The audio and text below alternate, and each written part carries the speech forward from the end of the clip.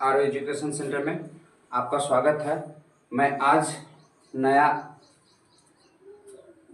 Chapter start करने जा रहा हूं जो कक्षा 9 का है और इसे मैं आज शुरू से पढ़ाने जा रहा हूं, जो अध्याय 2 से पढ़ाऊंगा और प्रश्नावली 2.1 है ना। और सबसे पहले मैं भूमिका पढ़ा रहा हूं। अब थ्योरी में है एक घात वाले बहुपद को रैखिक बहुपद कहते हैं। किसका उदाहरण है? रैखिक का। रैखिक बहुपद किसे कहते हैं? जैसे x + 1 इसका घात क्या है? 1 है। y + 2 इसका घात क्या है? 1 है। अब द्विघात क्या है? द्विघात। तो द्विघात बहुपद किसे कहते हैं? तो दो घात वाले बहुपद को द्विघात बहुपद कहते हैं। क्या कहते हैं? द्विघात बहुपद। जैसे x² + x + 1 या y² + 1, ये क्या है? दो घात वाले बहुपद है। त्रिघात तो तीन घात वाले बहुपद को त्रिघात कहते हैं। क्या कहते हैं? त्रिघात। जैसे x³ + x + x² x + 1 या y³ + 1, ये तीन घात वाले बहुपद है। अब हम प्रश्नावली की ओर चलते हैं। प्रश्नावली का रही है निम्नलिखित व्यंजकों में कौन कौन एक चर में बहुपद है और कौन कौन एक चर में बहुपद नहीं है, कारण के साथ उत्तर दीजिए। तो पहला जो है, मार्कर चेंज हो गया है। पहला उत्तर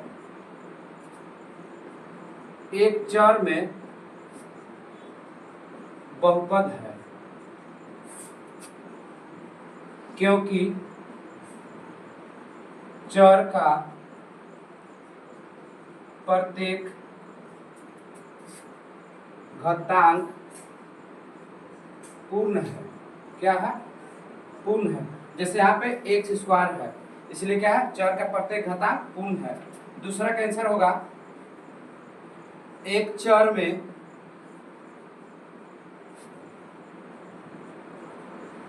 बहुपद है क्योंकि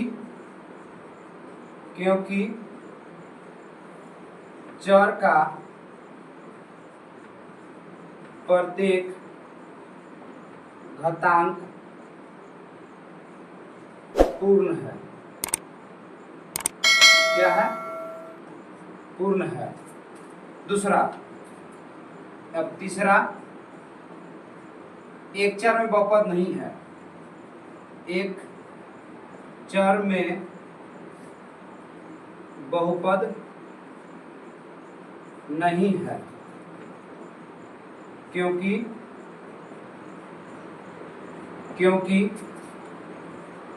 चर का प्रत्येक घातांक पूर्ण नहीं है। क्या है? पूर्ण नहीं है। तीसरा भी एक चर में बहुपद नहीं है। इसका भी उत्तर होगा एक चर में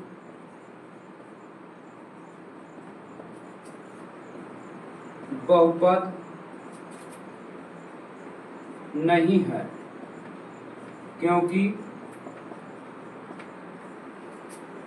चर का प्रत्येक घातांक पूर्ण नहीं है। क्या है? पूर्ण नहीं है। और इसका उत्तर हो जाएगा, ये 3 चर का बहुपद है, क्योंकि x, y और t भी है, तो ये 3 चर का बहुपद है। क्या है? 3 चर का बहुपद है। पहला का आंसर था एक चर में बहुपद है, क्योंकि चर का घातांक क्या पूर्ण है, यानी कि x स्क्वायर है। दूसरा में भी y स्क्वायर है, इसलिए चर का घातांक क्या है? पूर्ण है, तो ये भी एक चर में बहुपद है। दूसरा जो है एक चर में बहुपद नहीं है, क्योंकि यहाँ √t है और यहाँ पे t है। और ये भी एक चर में बहुपद नहीं है, क्योंकि चर का घातांक पूर्ण नहीं है, x स्क्वायर नहीं है, और ये 3 चर में बहुपद है। अब हम अगले प्रश्न की ओर चलते हैं। अगला प्रश्न कर रही है प्रश्न संख्या 2 है। कर यह प्रश्न संख्या 2 कि कर यह निम्नलिखित में से प्रत्येक में x स्क्वायर का गुणांक लिखिए।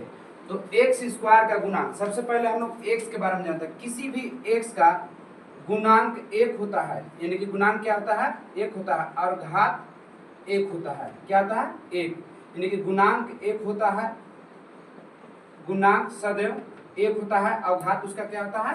1 होता है ना। तो x स्क्वायर का, तो x स्क्वायर, तो इसका घात 2 है, तो हमको कहा कि x स्क्वायर का गुणांक क्या है। तो x स्क्वायर का गुणांक उत्तर में x स्क्वायर का गुणांक इसका होगा 1। क्या होगा? 1, क्योंकि इसका गुणांक में कुछ भी नहीं है। दूसरा का उत्तर है x स्क्वायर का गुणांक -1। क्या होगा? -1। इसका क्या होगा? -1। इसका होगा उत्तर x स्क्वायर का गुणांक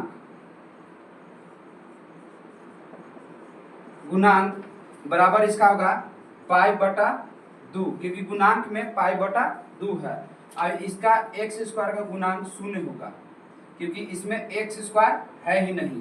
तो क्या होगा? x स्क्वायर का गुणांक बराबर 0। ये मेरा आंसर हुआ, यानी कि 0 होगा। अब हम प्रश्न संख्या 3 की ओर चलते हैं। अब हम प्रश्न संख्या 3 और 4 की ओर चलते हैं। तो 3 क्या कर रही है कि 35 के द्विपद का और 100 घात के एक पदी का एक उदाहरण दीजिए। तो इसका 35 के कह रहा है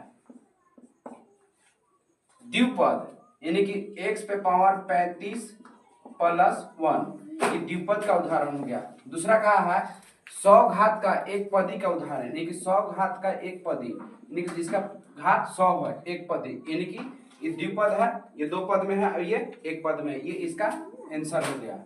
अब अगला है, कह रहा है कि बताइए कि निम्नलिखित बहुपदों में से प्रत्येक बहुपद की घात कितना है। तो इसका आंसर यहाँ लिख दे रहे हैं। तो चर का अधिकतम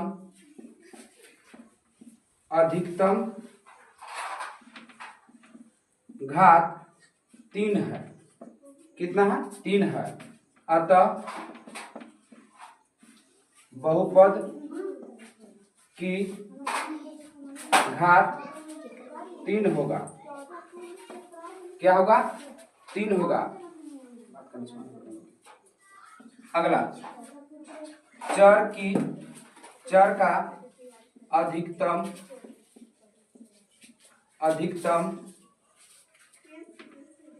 घात 2 है। अतः बहुपद की घात 2 होगा। क्या होगा? 2 होगा। अगला है चर का अधिकतम अधिकतम घात 1 है। कितना है? 1 है, क्योंकि यहाँ पे सिर्फ t है, तो किसी भी चर का घात 1 होता है और गुणांक भी 1 होता है, तो 1 है। अतः बहुपद की घात 1 होगा,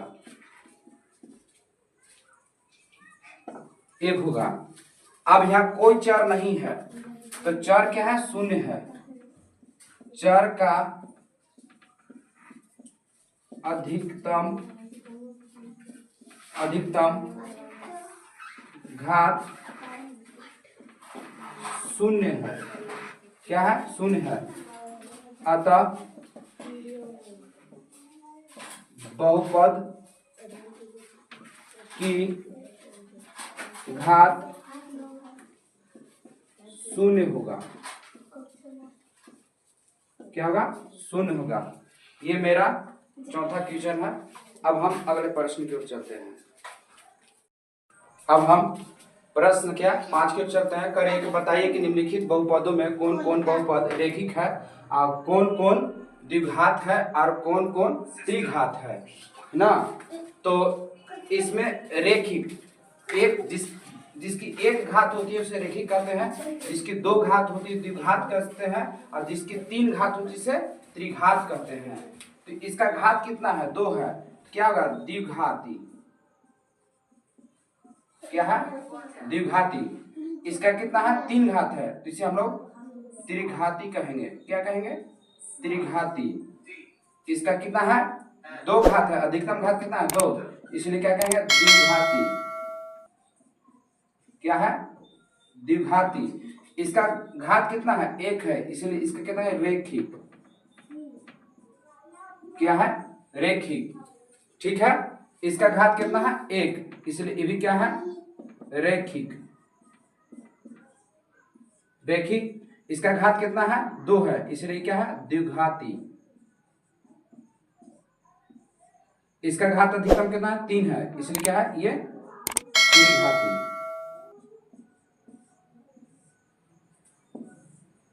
आज ही आपका 9th क्लास का 2.1 का पूरा प्रश्नवाली खत्म हो गया।